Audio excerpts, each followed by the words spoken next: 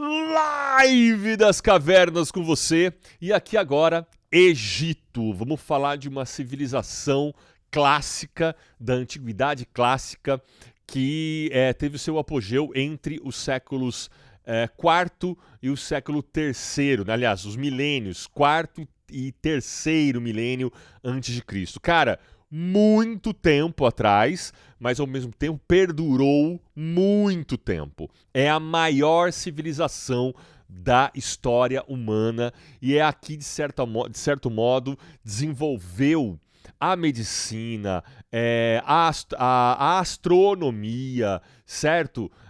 A arquitetura, a matemática, tem construção de represa no Egito, escrita própria, né? Então há características gigantes para a gente estudar sobre o Egito. Mas a gente vai se concentrar num subtema entre a arte e o sagrado. A gente vai falar um pouquinho de arte e vai falar dessa relação com o sagrado, com o pós-vida, né?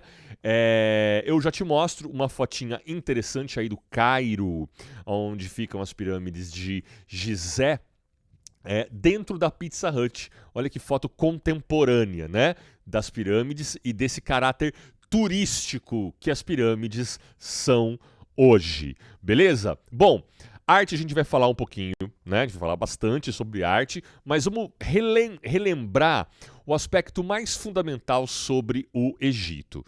O Egito tem um aspecto fundamental que é a relação do ser humano com a sua existência além da vida, né? Com a sua existência pós-vida, beleza? A sua vida na morte, né? Depois da morte, beleza? Eles tinham uma profunda relação com a morte. É uma sociedade que, vamos dizer assim, ligou todos os aspectos da sua vida, da sua existência, com o sagrado. Né? Esse momento da morte era um momento bastante importante, essa passagem, né? Era um momento bastante importante, era o encontro com os deuses, né? Por isso os militares podiam lutar com uma certa fúria ainda maior, porque assim que ele morresse, ele ia encontrar os seus deuses. Não é só no Egito que isso vai acontecer, mas você vê isso nos incas, maias, astecas, na civilização grega, nos romanos, também nas civilizações nórdicas, os vikings, por exemplo, ok? Todas as civilizações tiveram o sagrado como um ponto fundamental. Nós também, mas talvez nenhuma como os egípcios, né? Não sei se você sabe, mas isso é um ponto comum. As pirâmides são túmulos. A gente está falando aqui de uma arte relacionada à questão tumular, né? As pirâmides são túmulos. Embora elas sejam gigantescas, elas têm dentro delas pequenos espaços, salas, né, onde o faraó iria ficar, né? Então, a gente precisa entender que um faraó, durante a vida dele está completamente comprometida com a construção do seu túmulo, que é uma pirâmide, né? Cara, há muito tempo as pessoas identificavam esse processo de construção com um processo de escravidão. Então se construía as pirâmides através de uma profunda escravidão da população que vivia ali. Hoje já se sabe que não foi exatamente assim. Eu acho que as pessoas não eram muito bem pagas, não, beleza? Mas as pirâmides eram um negócio, certo? Era um negócio. E evidentemente que haviam populações que eram, vamos dizer assim, muito bem pagas para fazer esse serviço, haviam populações que não eram tão bem pagas e poderia haver sim populações escravizadas. É essa leitura que eu consigo fazer hoje, mas eu não sou um especialista em Egito. E a gente não veio aqui para definir esse tipo de coisa, a gente veio aqui para falar da arte egípcia com relação ao sagrado, né? Qual é a relação com o sagrado que havia. Então, voltando, um faraó vai constituir a sua vida construindo um túmulo, construindo a sua pirâmide.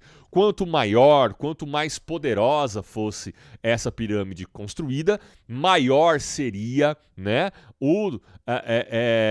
a expressão de força, de poder desse faraó. Beleza? Então a gente tem uma arte relacionada com a sua espiritualidade, né, já que ela era um túmulo, certo?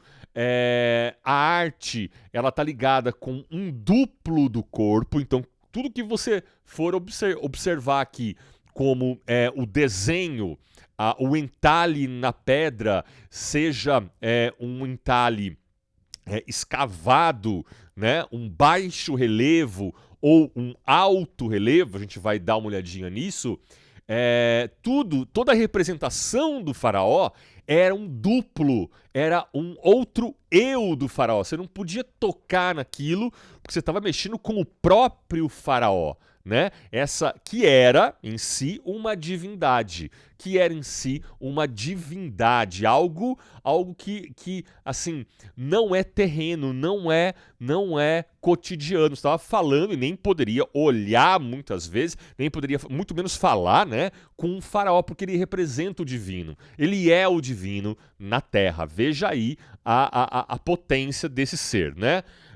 Então, a gente tem que imaginar que esse ser vai criar, né, durante toda antes dos faraós, né, havia também um conjunto de pessoas que começaram a constituir algumas regras de representações. Essas representações, elas estão dentro do universo do estereótipo, da convenção. Se convenciona a fazer de um certo modo e vai sempre fazer desse modo, o que torna a arte egípcia como uma arte canônica. A gente ouve essa expressão também na Idade Média. Por quê? Porque também na Idade Média vão haver formas, um conjunto de regras, certo? Padrões, modelos. Ó, tô lendo aqui embaixo, porque eu coloquei para você aqui o conceito de cânone, né? A arte canônica. Então é uma arte que está buscando regras muito bem estabelecidas, ok? Eu acho que é isso por enquanto. Vamos dar uma olhadinha nos nossos temas principais agora. Ó, sobre o nosso querido faraó. Ele é uma autoridade religiosa, ele governa sendo um Deus vivo, um Deus aqui na Terra. Por isso, você não pode olhar para um faraó, você não pode tocar num faraó se você não tiver uma certa proximidade hierárquica com esse faraó. Certo? O Egito, então, ele se desenvolve numa junção entre Estado político, econômico, militar com o Estado teocrático, né? Um Estado onde a religião domina esses poderes, o poder militar, o poder filosófico, né? O poder, todos os outros poderes, ok? Uma coisa que a gente tem que reforçar então aqui são que as pirâmides são tumulares, são túmulos, certo? E elas reforçam o poder do faraó. Beleza? Outra coisa importante, vou passar isso tudo aqui, ó, porque é interessantíssimo, mas não nos cabe agora.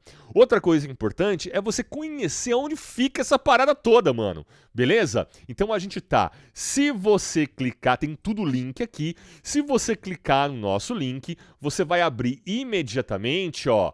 Eu vou dar um zoom out, beleza? A gente estava no Cairo, no Egito, e a gente está aqui onde? Na África, né? Aqui Oriente Médio e aqui Europa. Você já entendeu aonde fica então o Egito, certo? Ó, uma coisa importante para se falar aqui, que você vai ver muito a definição, né? Aliás, as palavras não são conceitos não, são palavras, né? Que vão denominar a parte de cima e a parte de baixo do Egito. A gente chama de Alto Egito, essa parte aqui, ó, relacionada com a parte central do continente, né? Mais elevada do nível do mar, mais montanhosa, é o Alto Egito, né? São Paulo, por exemplo, fica distante 3 horas e meia do litoral, e ela é muito mais alta, né, do que o litoral. Quando a gente chega no litoral, a gente chega no nível do mar. Por isso, aqui é o Alto Egito, e aqui, ó, essa região aqui é o Baixo Egito, ok? Muitas pessoas confundem isso porque acham que o Baixo Egito é no final do Nilo. E nem é o final do Nilo, né? Você sabe que o Nilo começa aqui, certo? Nas montanhas, beleza? E ele vai escorrendo mesmo, a água vai encontrando lugares até desembocar no mar. Beleza? Isso é bastante importante. Alto Egito e Baixo Egito. Todas as cidades importantes, ó, Giza, né, Saqqara, Mênfis, Karnak, Luxor, o Vale dos Reis, são regiões extremamente importantes pro seu conhecimento, beleza? Então aqui eu pus um outro mapinha para que você entenda aí aonde fica cada uma das coisas, né? Um mapinha pequeno, também com link, um mapa grande do Baixo Egito e aqui um mapa grande do Alto Egito, beleza? Bom, vamos falar um pouquinho de arte então agora, certo? A arte está relacionada com a escrita, né? O hieróglifo, que é a forma de escrita egípcia, ela está muito ligada à arte egípcia. Por quê? Porque o hieróglifo, ele é uma espécie de desenho, né? Para nós, né? O nosso alfabeto a gente não enxerga assim, mas o nosso alfabeto é sim um desenho. É um desenho, mas fica mais claro pra gente quando a gente nota os egípcios, né? Ou quando a gente nota, por exemplo, as sociedades orientais, que preservaram muito da sua escrita ancestral, né? Essas escritas, as árabes, as chinesas, as japonesas, são escritas de desenho. A nossa parece pra gente, não é tanto, mas ela é também, né, um desenho, certo? Mas essa escrita, ela está sempre ligada, certo? Com ensinar o faraó, ensinar pessoas com poder, que tem poder, você vai ver que não é só o faraó que tem poder no Egito, a se encaminhar para uma vida após a morte. Beleza? Isso é bastante importante para os egípcios, é assim que a gente estuda o Egito, né? O Egito está sempre ligado, os textos, inclusive a gente vai ver aqui o livro dos mortos. Veja bem, os caras fizeram um livro só para ensinar os seus, né, as pessoas com poder, evidentemente, quem sabia ler, evidentemente, né, a se conduzirem de uma forma correta para a vida após a morte, para encontrar os seus deuses, para ter um bom caminho, né, nessa vida após a morte. Então a função mágica dela é essa, né? É uma função de encaminhar você para o seu destino após a vida. Belezura? Olha só. Na arte, a gente vai identificar, então, as questões de frontalidade da arte egípcia. Aquele estereótipo, aquele cânone que tanto a gente falou aqui, ou seja, as regras de composição usam muito a frontalidade. E você vai ver também que usam muito não usam o movimento. Nenhuma figura egípcia está se movimentando. Você vai ver que o sentido estático da arte egípcia é muito importante para eles, mesmo que o faraó, né, ou que alguém importante esteja fazendo alguma coisa, né? Então a gente vai ver esses tipos de representação que não mudou. Mudou, você vai ver a única vez que mudou e você vai ver o que aconteceu com o cara que quis mudar essa forma de representação. Que forma de representação? Cabeças e pernas de perfil, os troncos, né, vão ser representados de frente, o ombro, né, assim como os olhos. Veja que essa representação aqui é uma representação de IA, beleza? Assim é como nós representamos o olho de perfil, mas você vai ver que não é assim que os egípcios vão representar o olho das suas figuras, ok? Os pés também eu quero que você note os pés, porque é uma análise artística aqui, né?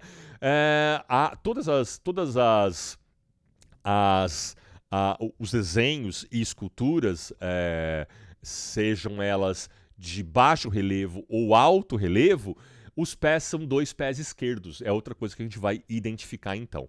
Vamos lá? Vamos lá então? A gente começa aqui, ó, com o Khnum-Hotep. Não sei se eu estou dizendo certo, né? Mas é o Khnum-Hotep. Khnum-Hotep. Diga comigo! Khnum-Hotep. Khnum-Hotep. Beleza? Esse cara não é um faraó. Beleza? Esse cara aqui, ele é aqui, ó, um nomarca. Um nomarca. É um nomarca. Beleza? Os nomarcas eram os, vamos dizer assim, os precursores dos faraós. Eram os primeiros faraós, não chamados de faraós, chamados por nomarcas, beleza? Eram pessoas extremamente importantes. Veja que ele não tem a coroa do Alto ou do Baixo Egito, ou tampouco a coroa unificada do Alto ou do Baixo Egito. Ele está com o seu véuzinho de nomarca só. E uma coisa importante que você vai reparar aqui, ó, a representação é exatamente essa, né? Ombros, tórax de frente, o quadril você já vê um pouquinho de lado, mas as pernas são profundamente de perfil e cabeça de perfil. Agora, repara uma coisa aqui, ó. Ele está muito maior do que o servo dele. Ele, Khnum-Hotep, está muito maior do que o seu servo. Teorias da conspiração, Kleiner! Ele era um gigante! Não! Essa é a forma que o Egito tem, canonicamente, através de regras de composição. Se você fosse representar um nomarca ou se você fosse representar um faraó, veja, a regra não mudou desde os nomarcas até os faraós, né? Então, nomarca é antes dos faraós, beleza? Assim como não havia, clarinha aqui latino. Assim como não havia pirâmide sempre, haviam as mastabas. Os nomarcas usavam as mastabas. Depois a gente pode falar um pouquinho disso, mas não é o nosso foco agora, beleza?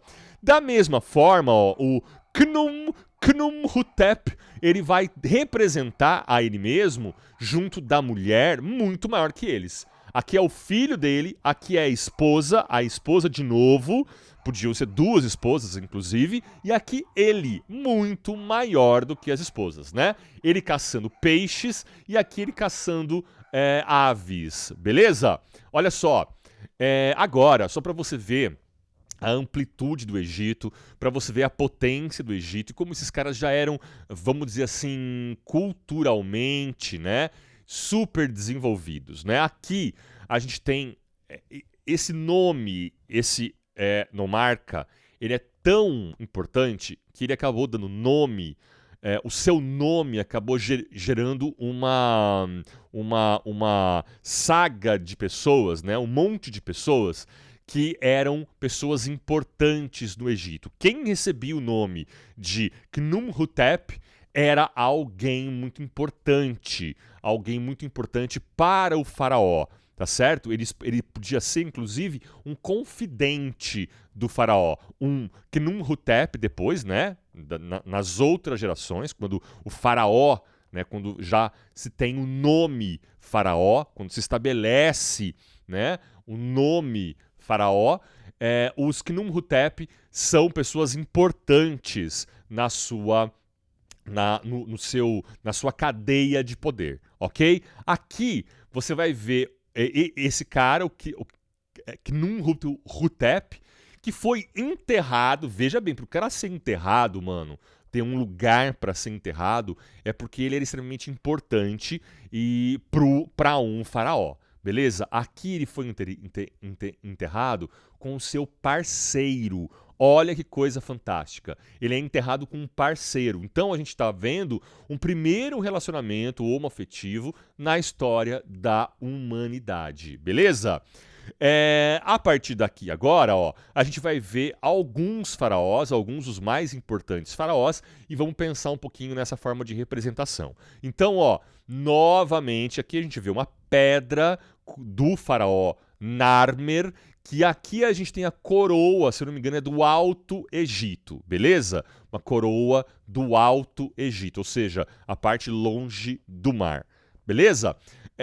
Mesma forma, ó, olhinho de frente, rosto de perfil, o tronco de frente, né? Os braços também ficam de perfil. ok? Perna de perfil e os pés, 2 pés esquerdos. A gente vai entender um pouquinho melhor o pé esquerdo, um pouquinho mais pra frente. Aqui, ó, ele segura pelos cabelos um rival, beleza? Aqui, cara, tem bastante informação sobre cada um dos faraós, se você quiser saber. Eu não vou falar tudo isso, porque, cara, fica muita coisa. Aqui, como que a gente vai falar o nome dessa mulher, uma mulher faraó? Olha só, a gente acabou de ver um casal homoafetivo que foi enterrado, né, com uma sala especial no Egito. Olha só, cara, não eram faraós, ok? Eram pessoas importantes para o faraó.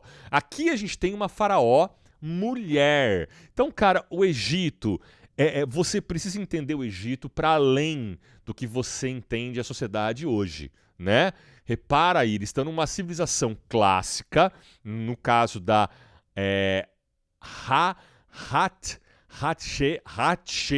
Hatshepsut. Cara, só pausando para falar o nome dela, hein? Hatshepsut. Hatshepsut. Repete aí. Hatshepsut. Hatshepsut. Ela tá, ó, em 1505 a 1450. Tá diminuindo o número, Crane! Por quê? Você tá antes de Cristo, meu queridinho, minha queridinha. Tá antes de Cristo. O 0 é lá em Roma. Morte de Jesus. Beleza? Beleza? Ok?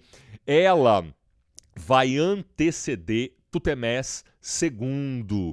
Também bastante importante pra gente aqui, ok? Mas já começa por aí, né? Ela foi uma das pessoas que fez um templo mortuário diferente de todo mundo, que é esse templo que você está vendo aqui, ó. Ele fica em Tebas, beleza? Tebas também é uma cidade na Grécia. Na Grécia também temos uma cidade chamada Tebas. Olha só que interessante, né? Daqui a pouquinho, na próxima aula, você vai ver a influência que o Egito tem na Grécia, beleza? Fica esperto aí, então. Olha esse templo. Esse templo aqui, ele é um templo relacionado, de novo, né? Vida após a morte. Ela vai ser enterrada aqui, beleza? Então ela constrói durante muito tempo o seu templo, beleza? Ela passa a vida dela construindo o seu templo. Olha que magnífico! E a vista geral dele é essa. Nem tudo aqui foi ela que fez. Tem lugares aqui, que outros faraós também fizeram. Você vai ver isso muito no complexo de Karnak, onde vários faraós começam uma construção aqui, acabam, outro começa uma construção lá e acabam, né? Essa daqui é uma das influências. Você está vendo aqui o álbum Power Slave, né? Poder da Escravidão, do Iron Maiden, certo? E você vai ver aqui que existe um dos faraós que vai ser o grande faraó responsável por essa icônica capa do Iron Maiden, beleza? Esse é o Tutemés III, tem a sua dinastia, a sua época, certo? Eu vou passar por ele aqui, porque a gente, cara, tem muita coisa para falar, né? Esse é ele, aqui fica muito claro para nós o pé esquerdo, beleza? Mesma representação, então, lateralização de cabeça, olho frontal, peito frontal, a bacia já fica um pouco lateralizada, mas as pernas são bem de perfil. Ele está segurando, sim, pelo cabelo, os seus inimigos. Ele aqui, ó, segura. E aqui a gente vê 2 pés esquerdos. Você vai entender um pouquinho melhor isso, não agora, já já. Por quê? Porque é o ponto de vista, né? Quando eu vejo um pé direito, eu vejo primeiro o dedinho, depois vem outro dedo, até chegar no dedão, né? Se eu vejo um pé esquerdo, o dedão começa essa saga de dedos, beleza? Então a gente vai ver melhor aqui os pezinhos, eu vou falar um pouquinho melhor deles. Cara, tem todo um complexo, esse é o complexo de Karnak, né? E aqui tem algumas construções feitas pelo nosso querido... como é que é o nome do cara? Tutemés Terceiro, algumas construções. Meu, lago artificial, certo? Você vai ver umas coisas fantásticas aqui que o Egito conseguiu fazer. Uma das coisas muito importantes que ele fez lá naquele templo da... Como é que ela chama? Aquela mulher lá, aquela faraó lá. Ele fez um jardim, tá certo? Em reverência a ela, mas também, olha só, nós temos aqui um jardim feito pelo Tutemés III, tipo um jardim botânico, né? Repara aí então. Esse cara aqui é o grande, Ramsés II, ele segurando os seus inimigos. Era uma, vamos dizer assim, era algo comum no Egito, né? Tratados de paz, o Ramsés fez com os hititas, grandes inimigos do Império Egípcio ao longo dos milênios, né?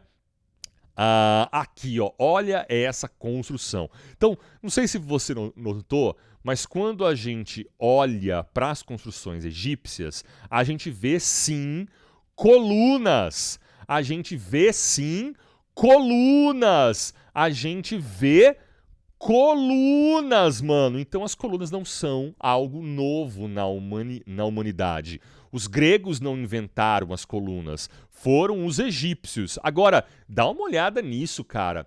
É esse arco. A gente lembra do arco romano, mas a gente tá aqui olhando para Ramsés II e as construções dele, tá certo? Que eram reservatórios de alimentos, cara.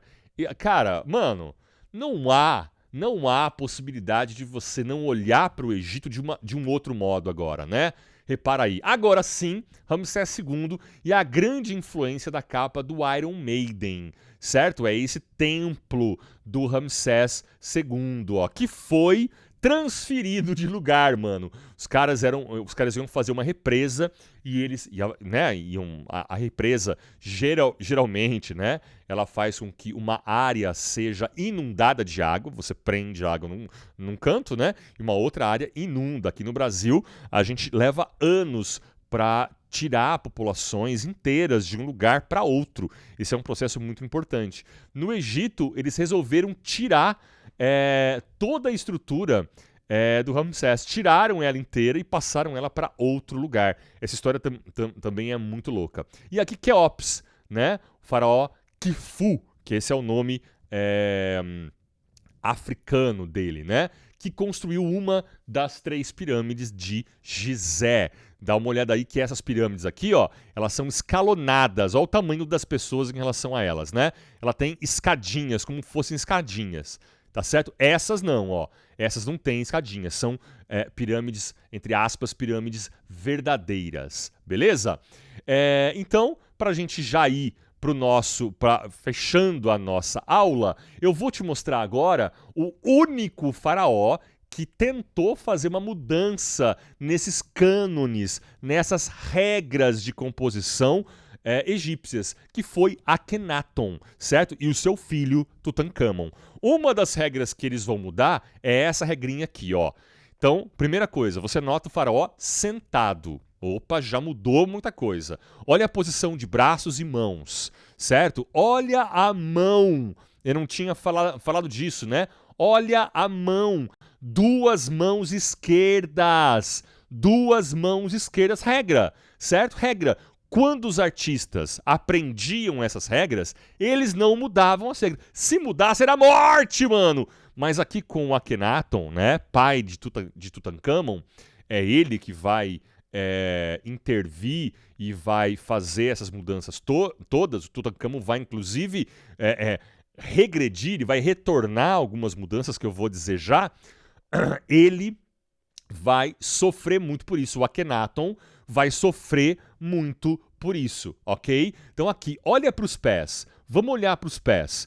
Isso é um pé, certo? Esquerdo e direito, beleza? O pé esquerdo, onde eu vejo o dedão proeminente na frente da minha visão, na direção da minha visão. Eu não vejo os outros dedos porque o dedão está na frente de acordo com a minha visão. Agora, o pé direito eu teria que ver todos os outros dedos. E é assim que ele está representando. Olha só a mudança da arte, né? A mudança da arte. E por que, cara? Por que essa arte foi mudada? Primeira coisa importante. O Akhenaton ele vai fazer uma mudança religiosa. Ele vai passar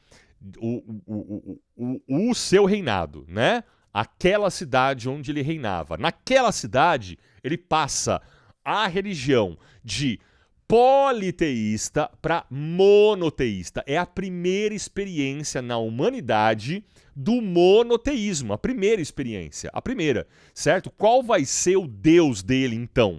Vai ser o deus Sol, o deus Atom. Atom, certo? O Atom, que ele usa no próprio nome, né? Akhenaton, vai passar a ser o deus principal. Ele não retira os outros, mas aquele deus, o deus Sol, passa a ser o deus principal para ele. Tutankhamon, inclusive, faz uma reversão nessa história, beleza? Por quê? Porque o pai é morto, o pai é assassinado. Justamente por isso, o pai, né, o Akhenaton, vai para o Alto Egito, perto de Luxor, vai para o Alto Egito, mais perto das montanhas, certo? Ele sai fora da região metropolitana, vamos dizer assim, do centro populacional, que era o Baixo Egito, certo? Perto dos ancoradouros, perto das grandes cidades, certo? Gizé, ele sai fora, ele vai para o Alto Egito. Lá ele fala, bom, aqui eu vou mudar as regras. Só que ele é assassinado justamente por fazer mudanças, ok? Tutankhamon assume o trono com 17, 18 anos, beleza? E também é morto, ok? Ele é enterrado no Vale dos Reis. É morto, mas é enterrado num lugar importante, né?